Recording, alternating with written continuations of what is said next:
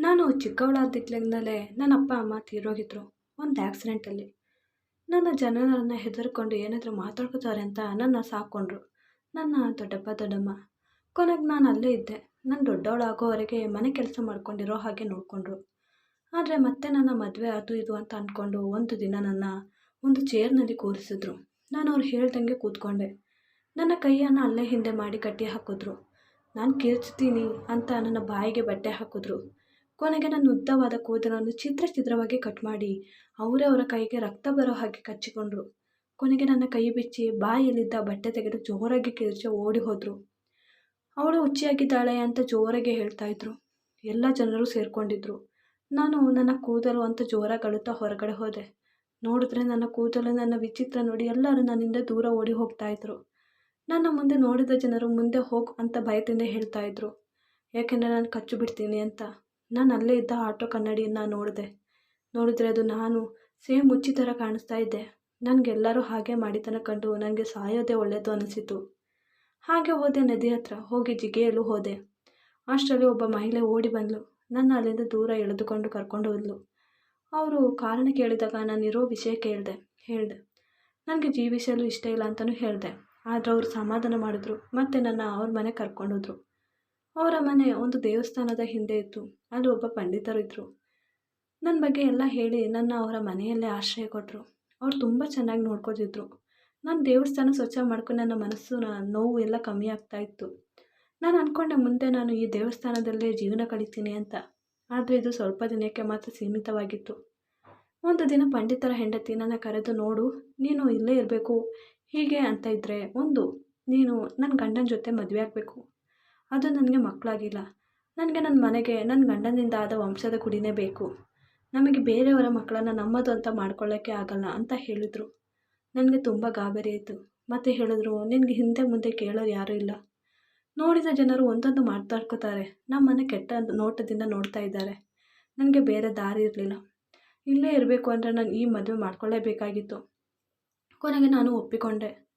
ಹಾಗೆ ಮನೆಯಲ್ಲೇ ನಂದು ಮತ್ತು ಪುರೋಹಿತರ ಮದುವೆ ಆಯಿತು. ಆದರೆ ವಿಚಿತ್ರ ಅಂದರೆ ಈ ಮದುವೆ ಪುರೋಹಿತರಿಗೆ ಇಷ್ಟ ಇರಲಿಲ್ಲ. ಅವ್ರು ತುಂಬ ಸಪ್ಪಗೆ ಇದ್ದರು. ಅವರ ಹೆಂಡತಿಯ ಒತ್ತಾಯದಿಂದ ಮಾಡ್ಕೊಂಡಿದ್ರು ಮದುವೆನ. ನನಗೆ ಮದುವೆ ಆದಮೇಲೆ ಗೊತ್ತಾಯಿತು ಈ ಮನೆ ಸಾಮಾನ್ಯ ಮನೆಯಲ್ಲ ಅಂತ. ಪುರೋಹಿತರು ನೋಡಿದ ಹಾಗೆ ಇರಲಿಲ್ಲ.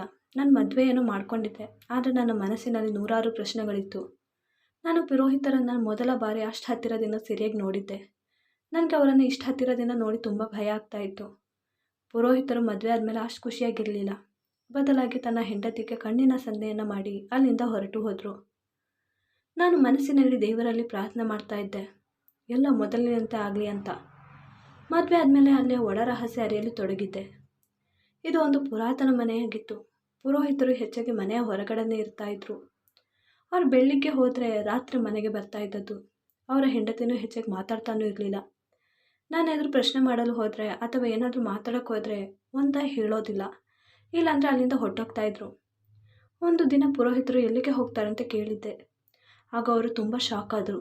ಸ್ವಲ್ಪ ಸಮಯದ ನಂತರ ಹೇಳಿದ್ರು, ಪುರೋಹಿತರು ಪೂಜೆ ಪುರಸ್ಕಾರದಲ್ಲಿ ಬ್ಯುಸಿಯಾಗಿದ್ದಾರೆ, ಜನರಿಗೆ ಸಹಾಯ ಮಾಡ್ತಾರೆ ಅಂತ ಹೇಳ್ತಾಯಿದ್ರು.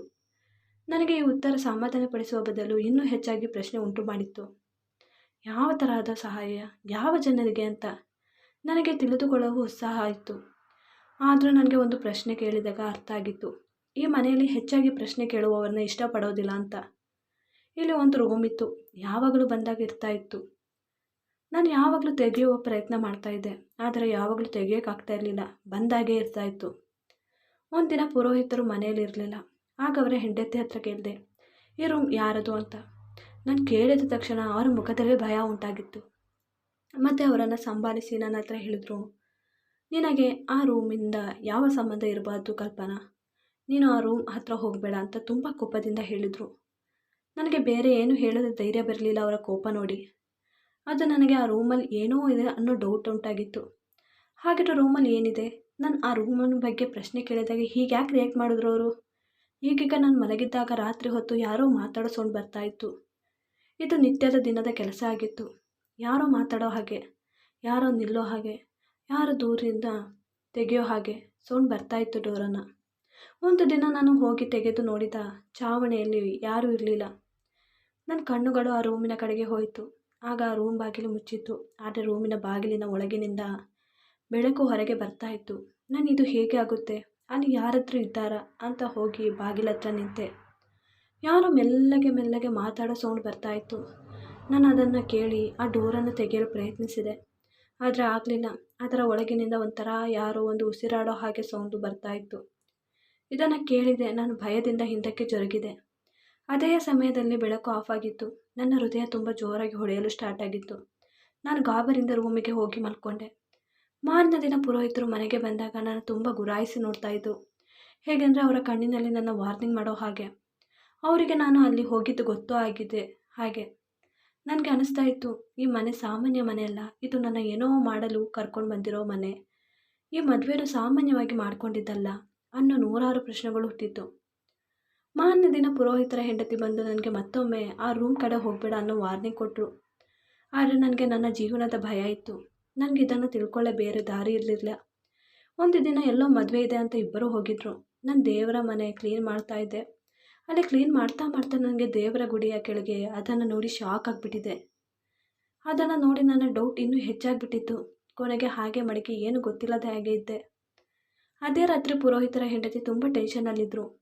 ಏನೋ ಗೊತ್ತಿದ್ದೋ ಹೇಳೋಕ್ಕೆ ಹಿಂತಿರುಗಿ ಸುಮ್ಮನೆ ಆಗ್ತಾಯಿದ್ರು. ನನಗೆ ಒಂದು ಕ್ಷಣಕ್ಕೆ ಅನಿಸಿತು, ಅವರಿಗೆ ನಿನ್ನೆಯ ವಿಷಯ ಬಗ್ಗೆ ಗೊತ್ತಾಗಿದೆಯಾ ಅಂತ. ನಾನು ಇದೇ ಚಿಂತೆಯಲ್ಲಿ ಅವರನ್ನು ಆಗಾಗ ನೋಡ್ತಾ ಇದ್ದೆ. ಆಗ ಅವರದೇ ನನ್ನ ಮೇಲೆ ಬಿದ್ದಿತ್ತು ಕಣ್ಣು. ಏನಾಗಿದೆ? ತುಂಬ ಭಯಭೀತರಾಗಿ ಇರೋ ಹಾಗೆ ಕಾಣುತ್ತಾ ಇದೆ. ಎಲ್ಲ ಸರಿಯಾಗಿ ತಾನೆ? ಆಗ ನನ್ನ ಮನಸ್ಸು ಇನ್ನೂ ಜೋರಾಗಿ ಶಬ್ದ ಮಾಡಲು ಸ್ಟಾರ್ಟ್ ಮಾಡಿತ್ತು. ಹೇಗೆಂದರೆ ಅವರು ನನ್ನ ಸತ್ಯದ ಬಗ್ಗೆ ತಿಳಿದುಕೊಳ್ಳುವ ಪ್ರಯತ್ನದಲ್ಲಿರೋ ಹಾಗೆ. ನಾನು ಮೊದಲು ನನ್ನ ಸಮಾಧಾನ ಮಾಡಿಕೊಂಡೆ. ಮತ್ತೆ ಹೇಳಿದೆ, ಹಾಂ, ನಾನು ಸರಿಯಾಗಿದ್ದೀನಿ, ಸ್ವಲ್ಪ ಸುಸ್ತಾಗ್ತಾ ಇದೆ ಅಷ್ಟೇ. ಆಗ ಅವರು ನನ್ನ ನೋಡುತ್ತಾ ಆಶ್ಚರ್ಯದಿಂದ ಹೇಳಿದರು, ನೋಡು ಕಲ್ಪನಾ, ಇಲ್ಲಿಯ ವಸ್ತುಗಳ ಬಗ್ಗೆ, ಇಲ್ಲಿಯ ಕೋಣೆಗಳ ಬಗ್ಗೆ ಹೆಚ್ಚಾಗಿ ತಿಳಿದುಕೊಳ್ಳುವ ಅವಶ್ಯಕತೆ ಇಲ್ಲ ನಿನಗೆ. ಎಲ್ಲ ವಿಷಯನ ಮರೆತು ಬಿಡು. ತಲೆಯಲ್ಲಿ ಏನೆಲ್ಲ ವಿಷಯದ ಬಗ್ಗೆ ಹೆಚ್ಚಾಗಿ ಯೋಚನೆ ಮಾಡೋ ಅವಶ್ಯಕತೆಯೂ ಇಲ್ಲ ಅಂತ ಹೇಳಿದರು. ಆವತ್ತೇ ರಾತ್ರಿ ಪುರೋಹಿತರು ಬಂದಿದ್ದರು. ಮತ್ತು ಅವರ ಮುಖದಲ್ಲಿ ಯಾವಾಗಿನ ದಿನಗಳಿಗಿಂತ ಹೆಚ್ಚಾಗಿ ಕೋಪದಲ್ಲಿದ್ದರು. ಅವರು ಯಾವಾಗಲೂ ಸುಮ್ಮನೆ ಇರ್ತಾಯಿದ್ರು. ಆದರೆ ಇವತ್ತು ಯಾವಾಗಲಿಗಿಂತ ತುಂಬ ವ್ಯತ್ಯಾಸವಾಗಿ ಕಾಣುತ್ತಾ ಇದ್ರು ಮತ್ತು ತುಂಬ ಭಯಾನಕವಾಗಿದ್ದರು. ಊಟ ಮಾಡ್ಕೊಂಡು ಸೀದಾ ರೂಮಿಗೆ ಹೊರಟೋದ್ರು. ಅವ್ರು ಹೋಗಿ ಮಲ್ಕೊಂಡ್ರು. ಆದರೆ ನನಗೆ ನಿದ್ದೆ ಬರ್ತಾ ಇರಲಿಲ್ಲ. ನನಗೆ ಆ ದೇವಸ್ಥಾನದಲ್ಲಿ ಕಂಡದ್ದು ಮತ್ತು ಅಲ್ಲಿಯ ರಹಸ್ಯ, ಈ ಮನೆ, ಇಲ್ಲಿಯ ಮನುಷ್ಯರು, ಇದೇ ನನ್ನ ಕಣ್ಣಲ್ಲಿ ಬರ್ತಾಯಿತ್ತು. ನಾನು ಇಲ್ಲಿ ಸಿಕ್ಕಾಕೋ ಹಾಗೆ ಬಿಟ್ಟಿದ್ದೇನೋ ಅನ್ನೋ ಅನ್ನಿಸ್ತಾ ಇತ್ತು. ನನಗಿಲ್ಲಿ ಸತ್ಯ ತಿಳ್ಕೊಳ್ಳೇಬೇಕಾಗಿತ್ತು. ನನ್ನ ಜೀವನದ ಪ್ರಶ್ನೆ ಆಗಿತ್ತು. ನನಗೆ ಆ ಮಂದಿರದ ಕೆಳಗೆ ಅದನ್ನು ನೋಡಿ ತುಂಬ ನಂಬಿಕೆ ಆಗಿತ್ತು. ನನಗೆ ಅನ್ನಿಸ್ತು, ಇದರ ರಹಸ್ಯ ಆ ರೂಮಲ್ಲೇ ಇದೆ ಅಂತ. ಅವ್ರು ನನ್ನ ಎಚ್ಚರಿಸಿದ್ರು, ಆ ರೂಮಿನ ಕಡೆ ಹೋಗಬೇಡ ಅಂತ. ಆದರೆ ನನಗೆ ಅದರದ್ದೇ ಧ್ಯಾನ ಬರ್ತಾಯಿತ್ತು. ನನಗೆ ಧ್ಯಾನ ಬಂದ ಕೂಡಲೇ ರಾತ್ರಿ ಆದ ತಕ್ಷಣ, ಪುರೋಹಿತರು ಹೋದ ತಕ್ಷಣ ಅವರ ಹೆಂಡತಿ ಹೋಗಿ ಮಲ್ಕೊಂಡ್ಳು. ನಾನು ಆ ರೂಮಿನ ಕಡೆಗೆ ಹೋದೆ. ಯಾವಾಗಲೂ ಇದು ಹೊತ್ತಿನಲ್ಲಿ ಆ ರೂಮಿನಲ್ಲಿ ಬೆಳಕು ಕಾಣಿಸ್ತಾ ಇತ್ತು. ಯಾರೋ ಮಾತಾಡೋ ಸೌಂಡ್ ಬರ್ತಾ ಇತ್ತು. ನಾನು ಬಾಗಿಲಿಗೆ ಕಿವಿ ಕೊಟ್ಟು ಕೇಳೋದಕ್ಕೆ ನೋಡಿದೆ. ನನ್ನ ಈ ವರ್ತನೆ ನೋಡಿ ಆ ಕಡೆಯಿಂದ ಯಾರೋ ಬಂದು ಬಾಗಿಲು ಹತ್ರ ಬಂದು ನಿಲ್ಲೋ ಹಾಗೆ ಆಯಿತು. ನನ್ನ ಭಯದಿಂದ ಆ ಕೂಡಲೇ ರೂಮಿಗೆ ಓಡಿ ಹೊಟ್ಟೋದೆ. ಮಾರನೇ ದಿನ ನಾಷ್ಟ ಮಾಡಬೇಕಾದ್ರೆ ಅವರಿಬ್ಬರ ಕಣ್ಣು ನನ್ನ ಮೇಲಿರೋ ಹಾಗೆ ಇತ್ತು. ಮತ್ತು ಕೇಳಿದ್ರು, ಕಲ್ಪನಾ, ನೀನು ರಾತ್ರಿ ಎಲ್ಲಿದ್ದೆ ಅಂತ. ಆಗ ನಾನು ಹೆದರುತ್ತಾನೆ, ನಾನು ರೂಮಲ್ಲೇ ಇದ್ದೆ ಅಂತ ಹೇಳಿದೆ. ಆಗ ಅವರ ಮುಖದಲ್ಲಿ ಕೋಪದಲ್ಲಿತ್ತು. ಪುರೋಹಿತರು ಹೋದರು. ಆದರೆ ಅವರ ಹೆಂಡತಿ, ನಿನ್ನ ಜೀವ ಬೇಕು ಅಂದರೆ ನೀನು ಇದರಿಂದ ದೂರ ಇರು ಅಂತ ಹೇಳಿದರು. ನನಗೆ ಹೃದಯ ಕೈಗೆ ಬಂದ ಹಾಗೆ ಆಯಿತು ಈ ಮಾತು ಕೇಳಿ. ಸುಮ್ಮನೆ ರೂಮಿಗೆ ಹೊರಟೋದೆ. ನನಗೆ ಯಾಕೆ ಆ ರೂಮಿನಿಂದ ದೂರ ಇಡ್ತಾ ಇದ್ದಾರೆ ಅಂತ ಅರ್ಥ ಆಗ್ತಾ ಇರಲಿಲ್ಲ. ಆದರೆ ನಾನು ಎಷ್ಟೋ ಸಲ ಪ್ರಯತ್ನ ಮಾಡಿದೆ, ರಾತ್ರಿ ಹೊತ್ತು ಪುರೋಹಿತರು ಎಲ್ಲಿಗೆ ಹೋಗ್ತಾರೆ ಅಂತ ತಿಳಿದುಕೊಳ್ಳಲು. ಆದರೆ ಅವರು ಪೂಜೆ ಆರಾಧನೆ ಮಾಡೋದಕ್ಕೆ ಅಂತ ಹೇಳ್ತಾಯಿದ್ರು. ಒಂದು ದಿನ ರಾತ್ರಿ ಮಲಗಿದ್ದೆ. ಪುರೋಹಿತರು ಯಾರ ಜೊತೆಗೋ ಮಾತಾಡೋ ಸೌಂಡ್ ಬರ್ತಾಯಿತ್ತು. ಅಲ್ಲಿಂದ ಹೋಗ್ತಾಯಿದ್ರು ಮಾತಾಡಿ. ನಾನು ಅವರ ಮಾತು ಕೇಳಿ ಅವರಿಗೆ ಗೊತ್ತಾಗದೆ ಅವ್ರ ಹಿಂದನೇ ಫಾಲೋ ಮಾಡ್ಕೊಂಡು ಹೋದೆ. ಅವ್ರು ಹೋಗ್ತಾ ಹೋಗ್ತಾ ಅವರು ಮಸಾಣಕ್ಕೆ ಹೋಗಿದ್ರು. ನಾನು ಅವ್ರ ಹಿಂದನೇ ಹೋದೆ. ಅವರು ಹೋಗುವ ಮೊದಲು 4-5 ಜನ ಆಲ್ರೆಡಿ ನಿಂತಿದ್ರು ಅವರನ್ನು ಕಾಯೋ ಹಾಗೆ. ಸ್ವಲ್ಪ ಹೊತ್ತು ಅಲ್ಲೇ ಒಂದು ಕಡೆ ನೋಡಿಕೊಂಡು ಮಾತಾಡ್ಕೊಂಡಿದ್ರು. ಮತ್ತು ಸ್ವಲ್ಪ ಹೊತ್ತು ಆದಮೇಲೆ ಹೋಗಲು ರೆಡಿಯಾದರು. ಆದರೆ ಮೊದಲು ನಾನು ಮನೆಗೆ ತಲುಪಬೇಕಾಗಿತ್ತು. ಹಾಗೆ ಬೇಗ ಬೇಗ ಓಡಿ ಹೋದೆ. ಮಲ್ಕೊಂಡೆ. ಮತ್ತೆ ಕೊನೆಗೆ ಹೋಗಿ ಬೆಡ್ಶೀಟನ್ನು ಸುತ್ತಿಕೊಂಡು ಮಲ್ಕೊಬಿಟ್ಟೆ. ಅವ್ರು ಸೀದಾ ಆ ರೂಮಿನ ಕಡೆಗೆ ಹೋಗಲು ಒಂದು ಫೋಟೋದ ಕಡೆ ಹೋಗಿ ಮತ್ತೆ ಆ ರೂಮಿನ ಒಳಗೆ ಹೊರಟೋದ್ರು. ನನಗೆ ಅರ್ಥ ಆಗಲಿಲ್ಲ ಅವ್ರು ಹೇಗೆ ಹೋದರು ಅಂತ. ಹಾಗೆ ಮಾರನೇ ದಿನವರೆಗೆ ಕಾದೆ. ಪುರೋಹಿತರು ಹೊರಗಡೆ ಹೋಗಿದ ತಕ್ಷಣ, ಅವರು ಮಲ್ಕೊಂಡ ತಕ್ಷಣ ಅವ್ರ ಹೆಂಡತಿ ನಂತರ ಸೀದಾ ಆ ಫೋಟೋದ ಕಡೆಗೆ ಹೋದೆ. ಹೋದರೆ ಅಲ್ಲಿ ಏನೂ ಕಾಣಿಸ್ತಾ ಇರಲಿಲ್ಲ. ಕೊನೆಗೆ ಆ ಫೋಟೋ ತೆಗೆದು ನೋಡಿದಾಗ ಏನೋ ಇತ್ತು. ಅದನ್ನು ತಿರುಗಿಸಿದೆ. ಹಾಗೆ ಮಾಡಿದ ತಕ್ಷಣ ಆ ಡೋರ್ ಓಪನ್ ಆಗಿತ್ತು. ಕೊನೆಗೆ ಆ ರೂಮಿನ ಒಳಗೆ ಹೋದೆ. ಹೋಗಿದ ತಕ್ಷಣ ಒಬ್ಬ ಹೆಂಗಸು ಇದ್ಲು. ಅದು ಕೈಕಾಲು ಕಟ್ಟಿ ಹಾಕಿತ್ತು, ಬಾಯಿಗೆ ಬಟ್ಟೆ ಹಾಕಿದ್ರು.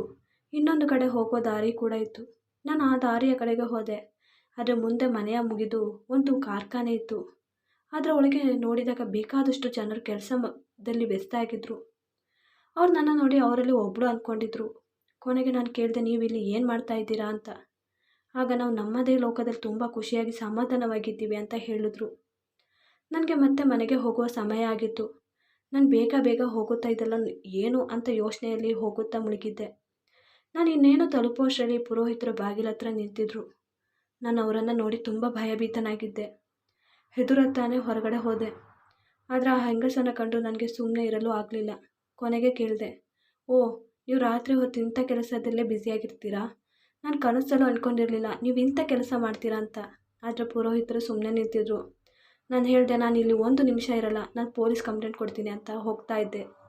ಅಷ್ಟರಲ್ಲಿ ಪುರೋಹಿತರು, ನೀನು ಹೋಗೋ ಮೊದಲು ನನ್ನ ಮಾತು ಈ ಸತ್ಯವನ್ನು ತಿಳ್ಕೊಂಡು ಹೋಗು ಅಂತ ಹೇಳಿದ್ರು. ಆಗ ನಾನು ನಿಂತೆ. ಅವ್ರು ಹೇಳಿದ್ರು, ನೋಡು, ನೀನು ಪೊಲೀಸು ತಿಳಿಸೋದು ಮೊದಲು ನನ್ನ ಜೀವನದ ಮಾತ್ರ ಅಲ್ಲ, ಇದೆಷ್ಟೋ ಜನರ ಜೀವನದ ಹಾಳಾಗುತ್ತೆ. ನಾನು ಇವರನ್ನು ಉಳಿಸಲು ಹೀಗೆ ಮಾಡಿರೋದು. ಆಗ ನಾನು ಆಶ್ಚರ್ಯದಿಂದ ನೋಡಿದೆ ಅವರನ್ನು. ಆಗ ಹಾಂ ಹೌದು, ಇವರೆಲ್ಲ ನಿನ್ನ ಹಾಗೆ ಜೀವನದಲ್ಲಿ ಬೇಸತ್ತ ಇದ್ದ ಜನರು, ನಿನ್ನ ಹಾಗೆ ಸಾಯೋದಕ್ಕೆ ಅಂತ ಹೋದವರು. ಅವರ ಇಡೀ ಜೀವನ ಜೈಲಿನಲ್ಲಿ ಕಳೆಯಲು ತಯಾರಾಗಿದ್ದವರು. ಆದರೆ ಅವರು ಒಂದು ಸತ್ಯದ ಜೊತೆಗೆ ಅವರ ಜೊತೆ ಆದ ಅನ್ಯಾಯದ ಜೊತೆಗೆ ಹೋರಾಡಿ ಈ ಸ್ಥಿತಿಗೆ ಬಂದವರು. ಹಾಗಾದರೆ ಈ ಹೆಂಗಸು ಅವರ ಅತ್ತೆ ಮತ್ತು ಗಂಡ ತುಂಬ ಅತ್ಯಾಚಾರ ಮಾಡಿದ್ದಕ್ಕೆ ಬೇಸತ್ತು ಕೊನೆಗೆ ಅವಳೇ ಸಾಯಿಸಿದ್ಲು. ಅವರನ್ನು ಆ ಸ್ಥಿತಿಯಲ್ಲಿ ನೋಡಿ ಹೀಗೆ ಹುಚ್ಚಿಯಾಗಿಬಿಟ್ಟಿದ್ದಾಳೆ. ಅವಳನ್ನು ಸರಿಪಡಿಸಲು ನಾನು ರಾತ್ರಿ ಹೊತ್ತು ಒಬ್ಬ ಲೇಡಿ ಡಾಕ್ಟರ್ನ ಕರ್ಕೊಂಡು ಬಂದು ಇಲ್ಲೇ ಟ್ರೀಟ್ಮೆಂಟ್ ಮಾಡಿಸ್ತಾ ಇದ್ದೀನಿ. ಹಾಗೆಲ್ಲಿನ ಹೊತ್ತು ಹೊರಗಡೆ ಇರೋ ಜನರಿಗೆ ಡೌಟ್ ಆಗುತ್ತೆ ಅಂತ ರಾತ್ರಿ ಹೊತ್ತು ಕರ್ಕೊಬರ್ತಾ ಇದ್ದೀನಿ.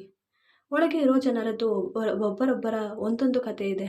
ಆದರೆ ಅವರು ಅವರ ಜೀವನದಲ್ಲಿ ಬೇಸತ್ತು ಹೋಗಿದ್ದಾರೆ. ಅವರನ್ನು ಇಲ್ಲಿ ಕರ್ಕೊಂಡು ಬಂದು ಯಾವುದೇ ಟೆನ್ಷನ್ ಇಲ್ಲದೆ ಜೀವನ ಮಾಡ್ಕೊಂಡಿರೋ ಹಾಗೆ ಮಾಡಿದ್ದೀನಿ. ನಾನು ಅವ್ರ ಹತ್ರ ಕೇಳಿದಾಗಲೂ ಇದೇ ಹೇಳಿದ್ರು. ನನ್ನ ಹತ್ರ ಈ ವಿಷಯ ನಮ್ಮಗಳ ಬಗ್ಗೆ ಪೊಲೀಸ್ ಬಗ್ಗೆ ಹೇಳಬೇಡ ಅಂತ ಕೈ ಮುಗಿದು ನಿಂತಿದ್ರು ಅವರೆಲ್ಲ ಜನರು. ಮತ್ತು ಹೇಳಿದ್ರು, ನಾನು ಇಲ್ಲಿ ತುಂಬ ನೆಮ್ಮದಿಯಾಗಿದ್ದೀವಿ ನಾವು. ಆಗ ನಾನು ಆ ದೇವರ ಸನ್ನಿಧಿಯ ಕೆಳಗೆ ಇರೋ ಖಜಾನೆ ಬಗ್ಗೆ ಕೇಳಿದೆ. ಆಗ ಅದು ನನಗೆ ಒಂದು ದೇವಸ್ಥಾನದ ಕೆಳಗೆ ಸಿಕ್ಕಿತು. ನಾನು ಇದನ್ನು ಈ ಜನರಿಗೋಸ್ಕರ ಮಡಗಿದ್ದೀನಿ ಅಂತ ಹೇಳಿದ್ರು.